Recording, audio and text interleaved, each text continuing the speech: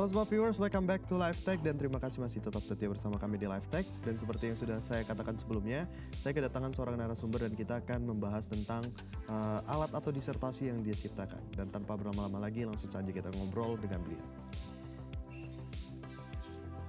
Halo Pak Niko, apa kabar Pak? Ya, selamat siang Mas Yuda. Selamat siang juga Pak Niko, apa kabar nih Pak? Ya, kabar baik.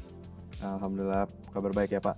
Nah Pak, kan kita udah janjian juga nih Pak, pengen bahas tentang disertasi atau saya sebut kayaknya sistem yang akan Bapak buat dengan tim gitu ya Pak. Boleh dijelasin nggak sih Pak, sistem monitoring kualitas tidur portable itu apa itu Pak? Ya, terima kasih Mas Yuda. Jadi mungkin saya coba jelaskan ya, ini penelitian yang saya lakukan bersama tim dan juga ada dari mahasiswa S2 ya.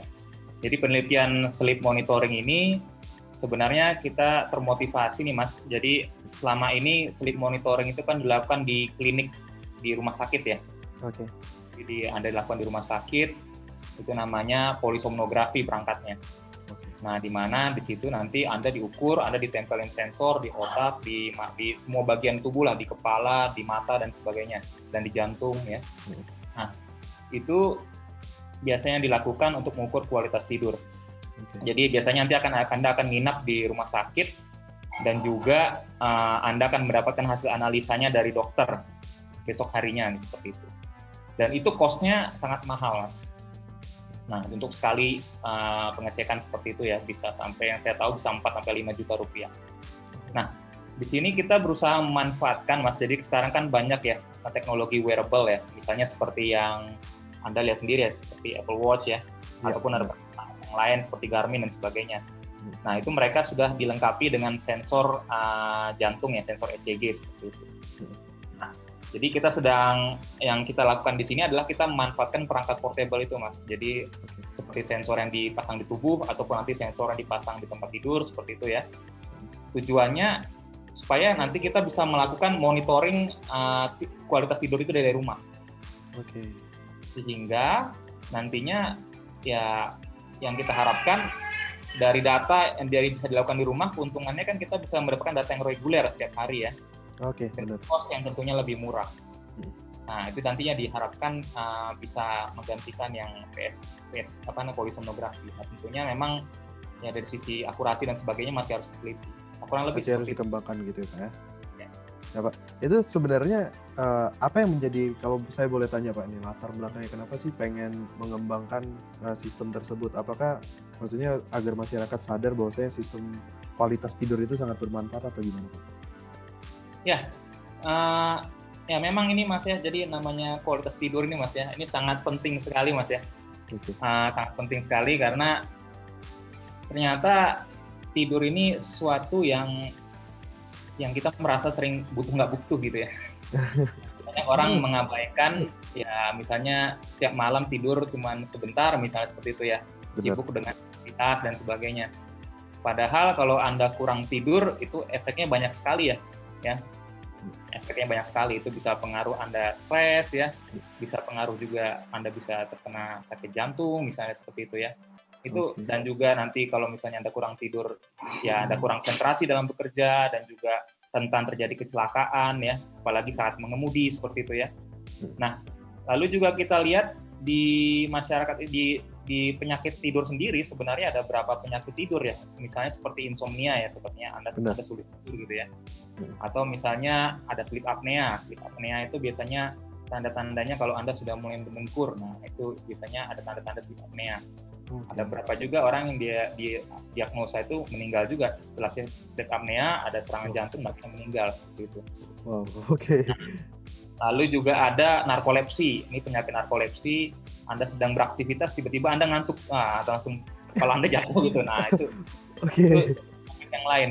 Jadi ya itu ya sebenarnya menarik ya. Jadi sleep ini, kualitas tidur ini suatu yang penting, masih sering diabaikan, tapi sebenarnya impact-nya itu sangat besar. Seorang yang tidak punya istirahat yang baik itu akan berpengaruh pada performanya sehari-hari.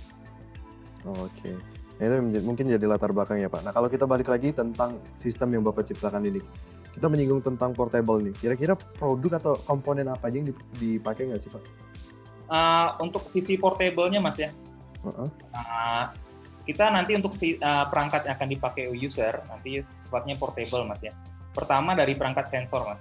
Di perangkat sensor sekarang ini ada istilahnya namanya wearable sensor ya. Wearable sensor. Wearable sensor artinya sensor yang dipasang di tubuh. Jadi tadi mungkin sempat saya utarakan juga ada sensor yang dipasang sebagai jam tangan atau sebagai gelang ya, ditaruh di pergelangan tangan ya. Atau ada juga nanti bisa juga sensor yang dipasang di dada gitu ya. Atau bisa juga sensor nanti dipasang di bawah tempat tidur. Nah, sebenarnya sekarang di tahapan saat ini kita lagi mengevaluasi nih perangkat mana yang paling baik. Jadi kita saat ini masih menggunakan perangkat komersial yang ada. Kita coba lihat dan kita coba olah datanya dari sensor tersebut. Nah, nanti ke depannya kita akan coba kembangkan sendiri perangkatnya. Jadi sekarang kita lagi menentukan kita mau menggunakan sensor yang di mana, apakah yang dipasang di mana, di dada, di tangan ataupun di tempat tidur. Lalu untuk kedua, perangkat portable ini nanti adalah menggunakan mobile phone. Ya, jadi mobile phone.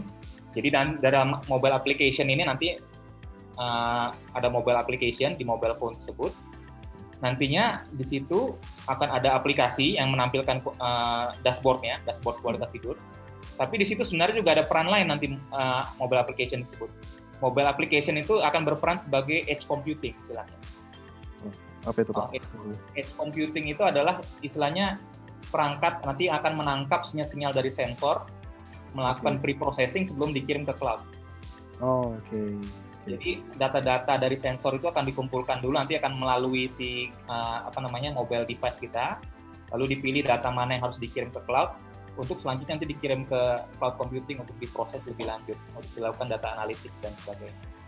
Jadi kurang lebih itu Mas, dari sisi portable-nya ada sensor dan juga ada mobile phone.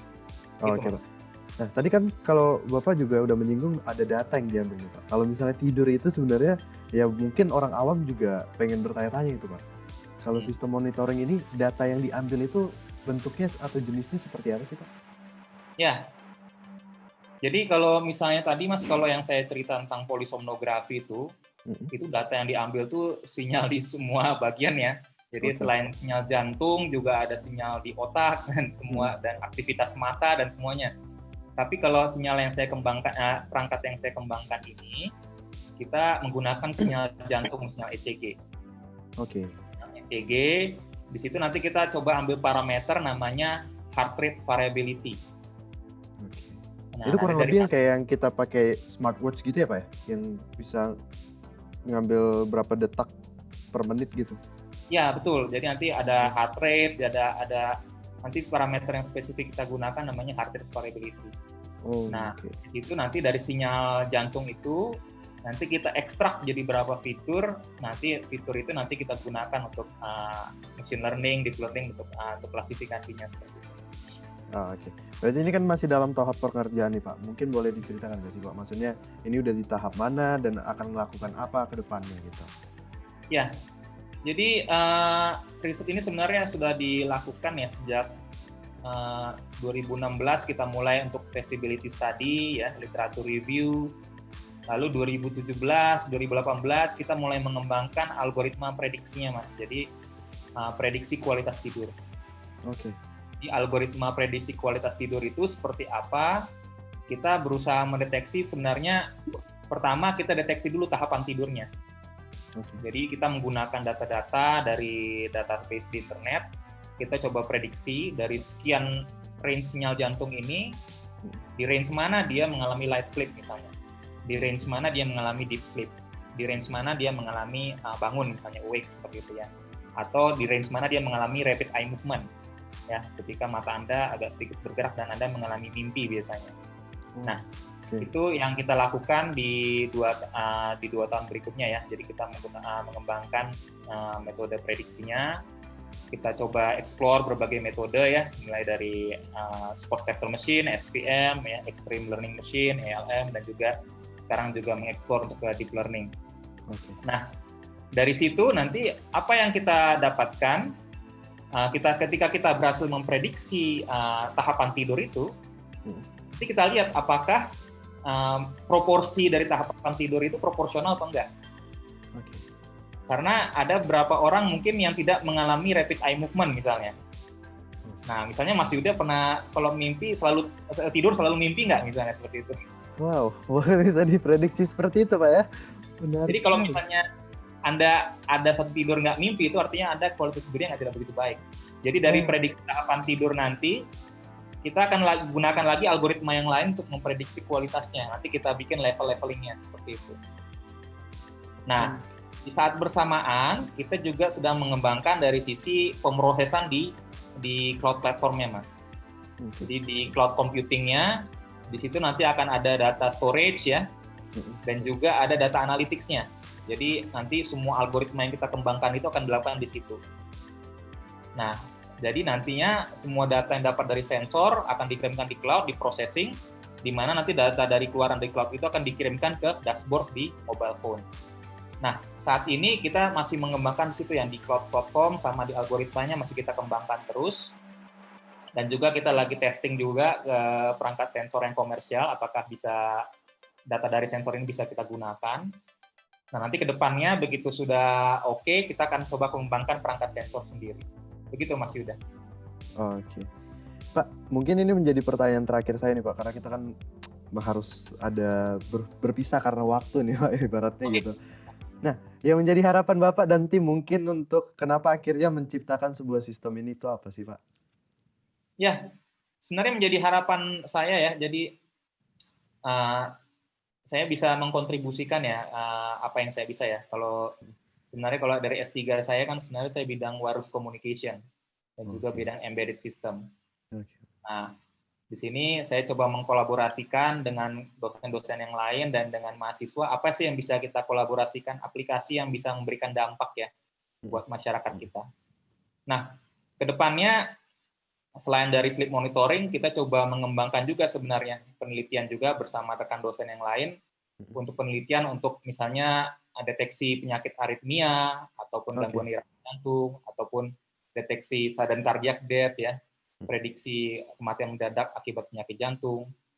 Nah, itu yang coba kita kembangkan. Jadi saya coba mengembangkan mungkin sekarang fokusnya ke arah monitoring, Mas. Jadi monitoring kesehatan.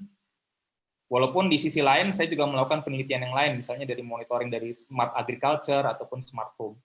Jadi mungkin itu yang coba saya kembangkan ke depannya dan diharapkan bisa memberikan impact. Begitu Mas Yuda. Pak Niko, terima kasih banyak Pak. Mungkin saya jadi orang pertama yang menunggu sistem ini gitu ya Pak ya. Apalagi saya salah satu orang yang insomnia banget gitu Pak. Terima kasih Pak Niko atas waktunya sudah menyempatkan berdiskusi dengan kami di Live Tech Pak. Semoga Oke, sehat terima selalu ya kasih Pak. untuk kesempatannya.